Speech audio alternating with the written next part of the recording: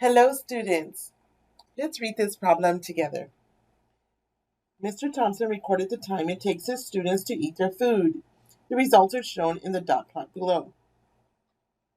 So remember that every dot represents a student.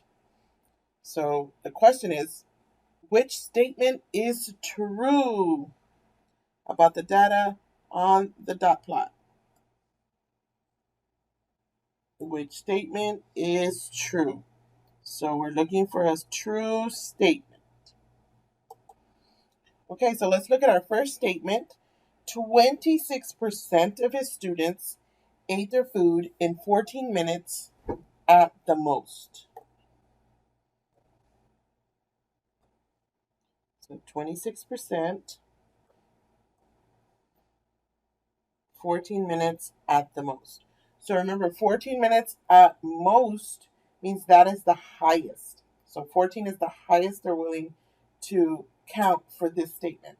So 14 minutes at the most means the same thing as 14 minutes or less.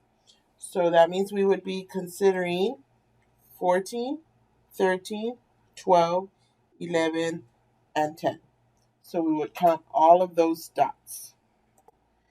Take a moment to count those dots, please. So how many dots did you count? 26.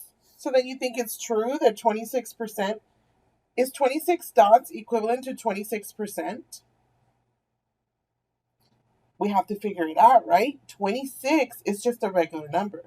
We're looking for a percent number. So remember, to do that, we're going to bring in our percent box. In a percent box, we will have our percent numbers and our regular numbers. We put the part over the total. In this statement, the part that we are talking about are all these 14 minutes at the most. So 14 or less, which we counted 26 dots out of a total.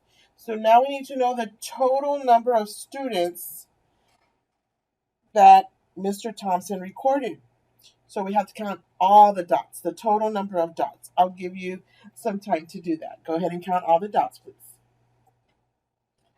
So how many dots did you count? A total of 50? Good, that is correct. So 26 dots are 14 or less, which is 14 at the most.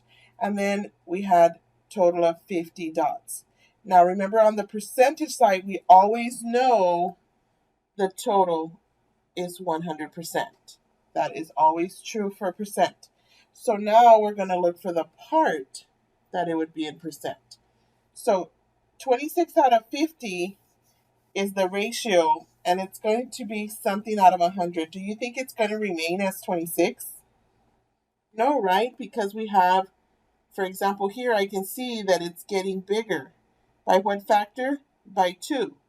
So 26 would also be bigger by a factor of 2. So 26 times 2 would give us 52. So X would be 52%, not 26. So A is wrong. Let's look at our second statement. Mr. Thompson has 60 students. Well, luckily for us, we already counted all of the dots. And remember that each dot represents a student. So if we counted a total of 50 dots, then that means that there are how many students? Exactly. If there are 50 dots, then there are 50 students. So B is incorrect. Now let's take a look at C. Half of the students ate their food in at least 15 minutes. At least 15 means 15 is the least.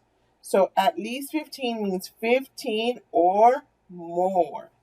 So for that one, we're going to go ahead and use 15, 16, 17, 18, 19, or 20 for at least 15.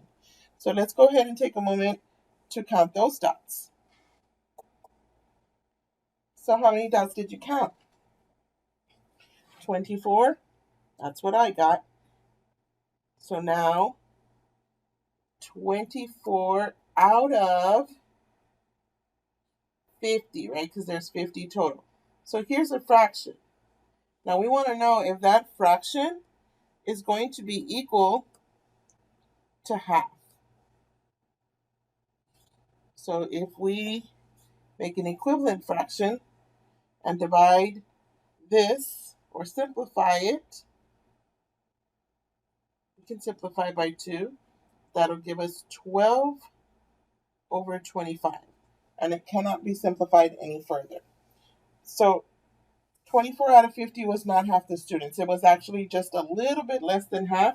And so 24 out of 50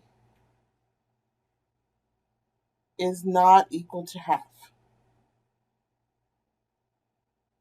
So that means that C is not correct. So we have one more statement. Each dot plot represents 2% of the total number of students. So let's take a look at that. 2%. Okay. So here, you see how we got our percent? We made a percent box. So since we're trying to get a percent or work with a percent, we're going to go ahead and make a percent box. In letter C, we did not make a percent box because they were asking for a fraction. And this one, they're asking for percent. So we're going to go back to our percent box. And I'm going to make it right here. In our percent box, we have a part and a total. We have percent numbers and we have regular numbers. So I know that for percentage, always the total is 100%. And then they're asking us to figure out if 2% would be here when we have each dot. So each dot means how many dots? Just one, right? So one dot. So if I have one dot as my part out of the total, how many total dots is there?